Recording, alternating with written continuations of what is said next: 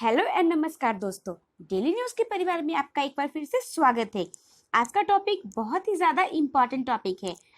आज का टॉपिक है भारत निर्वाचन आयोग, इलेक्शन कमीशन ऑफ इंडिया। अगर इसे इंग्लिश में देखा जाए तो ये टॉपिक इसलिए इम्पोर्टेंट है क्योंकि रिसेंटली अगर आप हमारे करंट अफेयर की वीडियो को देखते होंगे तो आपको पता होगा एक चुनाव आयुक्त की नियुक्ति हुई है जिनका नाम है राजीव कुमार। राजीव कुमार की नियुक्ति चुनाव आयुक्त के रूप में हुई है, जिन्होंने अशोक लवासा का जगह लिया है, जिनको वर्तमान में एडीबी का वाइस प्रेसिडेंट के रूप में शपथ दिलाया गया है। तो इस क्वेश्चन के दृष्टिकोण से ये टॉपिक बहुत ही इंपॉर्टेंट हो जाता है और ये पॉलिटी का very very most important topic है। सो आप इस वीडियो को अंत तक देखेंगे और इस वीडियो की सबसे खास बात यह है कि इस वीडियो के लास्ट में हमने इस वीडियो से रिलेटेड कुछ एमसीक्यू दिए हैं जो आप बनाएंगे और आपको पता चलेगा उसको बनाने से कि आपने वीडियो से क्या क्या सीखा है। तो चलिए हम लोग जानते हैं इलेक्शन कमीशन ऑफ इंडिया के बारे में। तो सबसे पहले यह एक कैसी निकाय है, यह एक कैसी बॉडी है? तो यह एक अस्थायी व स्वतंत्र निकाय है। अस्थायी निकाय का मतलब ऐसा नहीं है कि जब इंडिया में इलेक्शन हो तभी इनका गठन किया जाता है। यह एक अस्थायी निकाय है, यह हमेशा के लिए है। और एक स्वतंत्र निकाय है, इंडिपेंडेंट बॉडी है। मतलब यह अपने काम अपने मन के अनुसार करती है, इन पे किसी का प्रेशर नहीं होता है, किसी के प्रेशर में आके ये कभी काम नहीं करती है। इसलिए हमारे देश की लोकतंत्र अभी तक इतनी अच्छी तरह से चल रही है। ये इनका काम क्या है? ये भारत में संघ एवं राज्य चुनाव प्रक्रिया का संचालन इन्हीं के द्वारा किया जाता है। आपको बता दे, भारतीय चुनाव आयोग की स्थापना, इलेक्शन कमीशन ऑफ इंडिया की स्थापना कब हुई थी? तो ये 25 जनवरी 1950 ईस्वी को हुई थी। 1950 ईस्वी को हुई थी और इनकी व्याख्या हमारे कॉन्स्टिट्यूशन के भाग 15 के अनुच्छेद 324 से 329 में है। आपको बता दें, वर्तमान में हमारे कॉन्स्टिट्यूशन में भागों की टोटल संख्या 22 है और अनुच्छेदों की टोटल संख्या 444 है। इसलिए हमारे भाग अगर 15 पूछा जाए कि भाग 15 में किसका वर्णन किया गया है, तो इलेक्शन कमीशन ऑफ इंडिया का वर्णन भाग 15 में किया गया है। और अगर आपसे अनुच्छेद पूछा जाए तो अनुच्छेद 324 से लेके 329 में इनका वर्णन किया गया है। और यह चूंकि इनका वर्णन हमारे संविधान में किया गया है तो यह एक संवैधानिक बॉडी भी है। अब 2011 से जब हमारे राष्ट्रपति श्री प्रतिभा पाटिल थी तो उन्होंने ये बोला कि 25 जनवरी को अब हर साल हम लोग नेशनल वोटर डे के रूप में सेलिब्रेट करेंगे। क्योंकि इसका गठन 25 जनवरी को ही हुआ था, इसलिए 2011 से 25 जनवरी को हम लोग हर साल नेशनल वोटर डे के रूप में सेलिब्रेट करते हैं, जो कि आज भी करते हैं। अब निर्वाचन आयोग की संरचना क्या है, इनका संरचना कैसे होता है, ये कितने सदस्य होते हैं? तो प्रारंभ में जब इस आयोग का गठन हुआ था तो उस समय ये एक सदस्यीय निकाय था, अर्थात केवल एक चुनाव आयुक्त का प्रावधान था। लेकिन बाद में कुछ विवाद हुआ और फिर बहुत सारे काम एक इंसान पे पड़ जाता था, तो उसके काम के भार को कम करने के लिए 16 अक्टूबर 1989 को आयोग के भार को कम करने के लिए 2 अन्य निर्वाचन आयुक्त की नियुक्ति किया जाने लगा। लेकिन बाद में क्या हुआ, कुछ और विवाद हुआ जिससे फिर से एक सदस्यीय आयोग बना दिया गया। परंतु एट लास्ट जो आज भी चल रहा है, जिसके अनुसार 1 अक्टूबर 1993 को 1 अक्टूबर 1993 को 2 अन्य निर्वाचन आयुक्त का नियुक्ति किया गया और तब से लेके आज तक हमारे निर्वाचन आयोग में एक मुख्य चुनाव आयुक्त होते हैं और 2 अन्य चुनाव आयुक्त होते हैं। और वर्तमान में आपको बता दें, वर्तमान में हमारे मुख्य चुनाव आयुक्त कौन है? तो हमारे मुख्य चुनाव आयुक्त है सुनील अरोड़ा। आप यहाँ पे उनकी फोटो देख सकते हैं। और 2 जो अन्य चुनाव आयुक्त थे उनमें से एक है सुशील चंद्रा और एक है राजीव कुमार, जो हमने वीडियो के स्टार्टिंग में ही आपको बताया था। इनका नाम आप जरूर याद रखिएगा, ये एग्जाम की पॉइंट ऑफ व्यू से बहुत इंपॉर्टेंट है। और आप ये भी याद रखिएगा कि इन्होंने किसकी जगह ली है, तो इन्होंने अशोक लवासा की जगह ली है। और अशोक लवासा वर्तमान में एडीबी के वाइस प्रेसिडेंट के रूप में काम कर रहे हैं।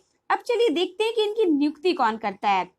बहुत सारे एग्जाम में पूछे जाते हैं कि इलेक्शन कमीशन ऑफ इंडिया की नियुक्ति कौन करता है। तो मुख्य चुनाव आयुक्त एवं 2 अन्य चुनाव आयुक्त, ये तीनों की नियुक्ति राष्ट्रपति के द्वारा किया जाता है। और इनका वेतन अगर देखा जाए तो इनका वेतन सेम वही होता है जो सर्वोच्च न्यायालय के न्यायाधीश का होता है। और हाँ, मुख्य चुनाव आयुक्त और 2 अन्य चुनाव आयुक्त तीनों का वेतन सामान्य होता है। जो भी वेतन हो, पेंशन हो, इनमें तब कोई बदलाव नहीं किया जा सकता है जब इनका कार्यकाल चल रहा हो। और आपको बतला दे, वर्तमान में इनका वेतन 2.5 लाख है। 5 लाख पर मंथ इनका वेतन है। अब हम देखते हैं कि इनका कार्यकाल क्या है। तो इनका कार्यकाल 6 वर्ष या 65 वर्ष की आयु, दोनों में से जो पहले हो जाए वो इनका कार्यकाल है। लेकिन आपको ये पता होगा कि पहले ऐसा नहीं था। पहले क्या था कि जो मुख्य चुनाव आयुक्त थे उनका कार्यकाल था 6 वर्ष और 65 वर्ष, लेकिन 2 अन्य चुनाव आयुक्त जो थे उनका कार्यकाल 6 वर्ष और 62 वर्ष था।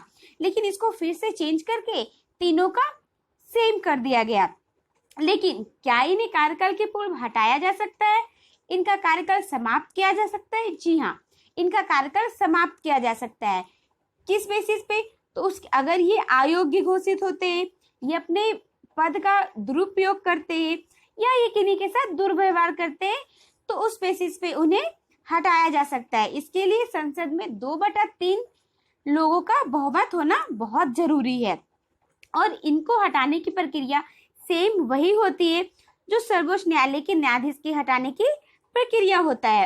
अब हम लोग सबसे इम्पोर्टेंट चीज देखते हैं कि इनका शक्ति और इनका कार्य क्या है, ये काम क्या करते हैं। तो आपको पता होगा, इंडिया में लोकसभा, राज्यसभा और विधानसभा, ये 3 लोगों का, लोग नहीं, ये 3 क्षेत्र का ये इलेक्शन करवाते हैं। और अगर पर्सन में देखा जाए तो ये राष्ट्रपति और उपराष्ट्रपति का भी चुनाव संपन्न करवाते हैं। ये 3 बॉडी, लोकसभा, राज्यसभा और राज्य की विधानसभा, और राष्ट्रपति और उपराष्ट्रपति का भी चुनाव इन्हीं के द्वारा करवाया जाता है।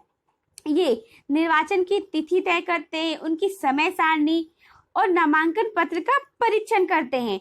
इनका काम वोटर लिस्ट तैयार करना होता है। जितने भी योग्य मतदाता हैं, जैसे जितने भी लोग 18 वर्ष की आयु पार कर चुके हैं, इनका काम होता है कि ये सभी संभव लोगों को वोटर आईडी प्रदान करें। आपको पता होगा, वर्तमान में वोट देने का आयु 18 वर्ष हो गया है, लेकिन पहले ऐसा नहीं था। पहले ये 21 ईयर था। लेकिन 61वां संविधान संशोधन 1989 के तहत इसकी आयु 21 से घटा के 18 कर दी गई। और आपको पता होगा, पहले हमारा जो वोटर आईडी कार्ड होता था वो विदाउट फोटो होता था, उसमें कोई भी फोटो नहीं होती थी पर्सन की। लेकिन बाद में वो जालसाजी होने लगा, बहुत सारा नकली वोटर आईडी कार्ड बनने लगा, जिसके कारण 1993 से voter ID card with photo होने लगी, ताकि किसी भी वोटर आईडी कार्ड का दुरुपयोग नहीं किया जा सके। और इनका क्या कार्य है? तो ये राजनीतिक दलों को मान्यता प्रदान करते हैं। जितने भी राजनीतिक दल है, चाहे वो राष्ट्रीय हो, राज्य स्तरीय हो, क्षेत्रीय हो, ये सबको मान्यता प्रदान कराते हैं और निर्वाचन चिन्ह देते हैं। जितने भी दल होते हैं उनका एक स्पेसिफिक चिन्ह होता है। जैसे आपको पता होगा, वर्तमान में हमारे सेंट्रल में बीजेपी की गवर्नमेंट है, जिसका चिन्ह कमल का फूल है। इसी तरह जितने भी राजनीतिक दल है, सबका अपना कुछ ना कुछ चिन्ह होता है। आप यहाँ पे देख सकते हैं, यहाँ पे बहुत सारे चिन्ह है जो विभिन्न पार्टियों की होती है। निर्वाचन के समय दलों एवं उम्मीदवारों के लिए आचार संहिता का निर्माण करना, मतलब जब वोटिंग होता हो तो ये बहुत ही निष्पक्ष तरीके से वोटिंग करवाते हैं, या फिर जितने भी उम्मीदवार होते हैं जो निर्वाचन के समय वोटर लिस्ट बनाते हैं, वो सबके लिए आचार संहिता का निर्माण करते हैं। और इनका क्या कार्य है? ये निर्वाचन में प्रदर्शनों के आधार पे उसे राष्ट्रीय और राज्य स्तरीय दलों का दर्जा देते हैं। हमारे इंडिया में जनरली 3 तरह के दल होते हैं, एक राष्ट्रीय दल, एक राज्य स्तरीय दल, एक क्षेत्रीय दल। सबका अपना अपना क्राइटेरिया होता है। राष्ट्रीय दल होने के लिए 3 क्राइटेरिया होना चाहिए, राज्य स्तरीय दल होने के लिए भी कुछ क्राइटेरिया होता है। और आपको पता होगा वर्तमान में राष्ट्रीय दलों की कुल संख्या 7 है, राज्य स्तरीय दलों की कुल संख्या 35 है और क्षेत्रीय दलों की कुल संख्या 329 है। इसे आप याद रखिएगा। अब आगे चलते हैं, इनके और क्या कार्य है। तो जितने भी इलेक्शंस होते हैं उनमें पैसे खर्च होते हैं, रैलियां होती है, पोस्टर छपते हैं। तो कोई भी पार्टी एक्सेस पैसा नहीं खर्च करे, उन्हें एक सीमा दिया जाता है कि आप इतना ही पैसा खर्च कर सकते हैं। इन सब की निगरानी इन्हीं के द्वारा की जाती है, इलेक्शन कमीशन के द्वारा ही की जाती है। आपको ये पढ़ के लग रहा होगा कि इलेक्शन कमीशन का काम कितना हार्ड और कितना सजग होता है, कितनी बारीकी से उनका काम किया जाता है। एवं संसद एवं विधान परिषद के सदस्यों की निर्भरता से संबंधित मामलों का क्रमशः राष्ट्रपति एवं राज्यपाल को परामर्श देते हैं कि अगर कोई वोटिंग बर्खास्त किया जाए तो उससे संबंधित जितने भी मामले हैं ये राष्ट्रपति और राज्यपाल को उससे रिलेटेड परामर्श देते हैं। दोस्तों, हमारा वीडियो यहीं पे खत्म होता है, लेकिन जैसा कि हमने आपको पहले बताया था कि इलेक्शन कमीशन से रिलेटेड जितने भी क्वेश्चन एग्जाम में बन सकते हैं वो सब क्वेश्चन हम यहाँ पे देंगे। आपको इनका आंसर हमारे कमेंट बॉक्स में लिखना है। तो आपका फर्स्ट क्वेश्चन है, भारतीय संविधान के भाग 15 में किसका उल्लेख है। आप इसके साथ साथ अनुच्छेद भी बताइएगा, किस अनुच्छेद से किस अनुच्छेद तक उल्लेख किया गया है। राष्ट्रीय मतदाता दिवस कब मनाया जाता है और कब से मनाया जा रहा है, उस समय किसकी सरकार थी। भारत में वर्तमान में मुख्य चुनाव आयुक्त कौन है, हमने आपको बताया था। मुख्य चुनाव आयुक्त एवं अन्य चुनाव आयुक्त की नियुक्ति कौन करता है, ये बताना है। आपका नेक्स्ट क्वेश्चन है, चुनाव आयुक्त का कार्यकाल कितने वर्षों का होता है।